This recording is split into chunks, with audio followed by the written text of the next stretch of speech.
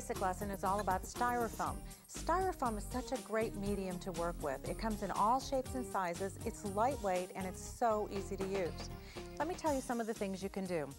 First of all, you can cut styrofoam. It comes in sheets or different shapes. Now, if you're going to use a cutter, make sure you have adult supervision.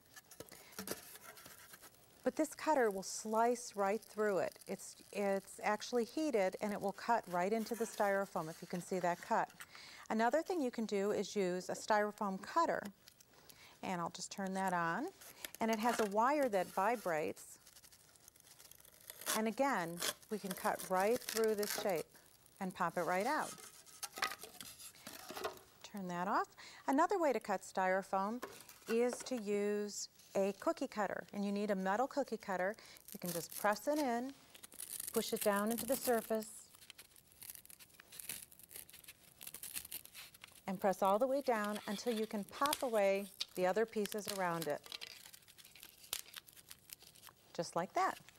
Another way to cut styrofoam, or a basic way, is to take a plastic knife, rub it on a candle. That will make it easier to cut, and then you can cut any shape. Also, you can see I put a piece of felt, or you could put a towel or a non-stick mat underneath just to hold it in place while you're cutting, and pop it right out. Now, when you get to this point, if you don't have a perfect cut, one of the neat things about styrofoam is our next point, which is sanding. It's self-sanding. You can use one piece to sand off any rough edges until you have a perfectly smooth surface. Another real key point is when you're cutting a round ball or something that's large like this, use rubber bands, then mark it with a pen or a pencil, and you can get a perfect diameter. So we covered cutting and sanding. Next thing is shaping. Styrofoam will actually shape because it's so soft. You can roll it on a countertop to round off the edges just like that. Or on an egg, you can flatten out the top if you need to attach something. So it's great to shape. Now you can glue it or attach it. Some ways to glue or attach are to use a chenille stem. Just poke one end in. You can put a dab of glue there if you'd like, and add a second. You can actually go right through depending on how thick. Another way to attach pieces of styrofoam is to use a toothpick.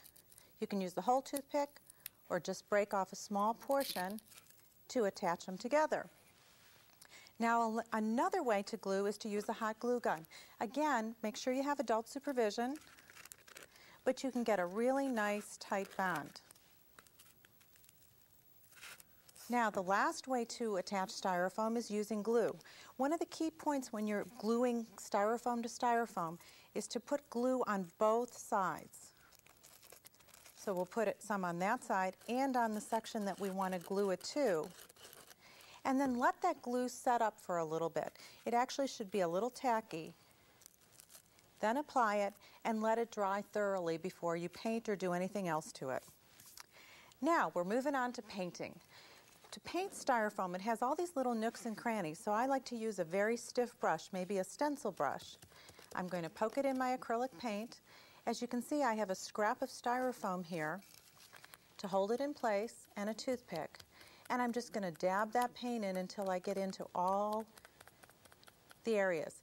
And an aerosol paint is a nice way to paint styrofoam too. Now, I've used it on a piece of scrap styrofoam here. Also, if you're using a large piece like this, hold it in a bowl, paint the top portion, and then let it dry, and then turn it, and you can paint that way so that it's not rolling. Now, another thing you can do with styrofoam is texture it. On this example here, I've painted it with acrylic paint, and then I've sprinkled glitter over the top. That would be great for making fruit or an ornament. Another example is here. I've taken sand. This one happens to have glitter in it, or it could be plain sand. I'm going to put glue all the way around the styrofoam and then roll it in the sand. And I just want to brush this until it's nice and smooth, either using the top of my glue, or I could even use a brush, and then we'll just drop that in. Now, the last way of texturing is clay. This is actually covered with an air-dried clay, and then I've rolled it on a texture plate to get that texture. So it's all dried, and it makes a solid piece. You can also use all sorts of commercial texture mediums. stucco or gesso all work equally well. So that's our basic lesson on styrofoam.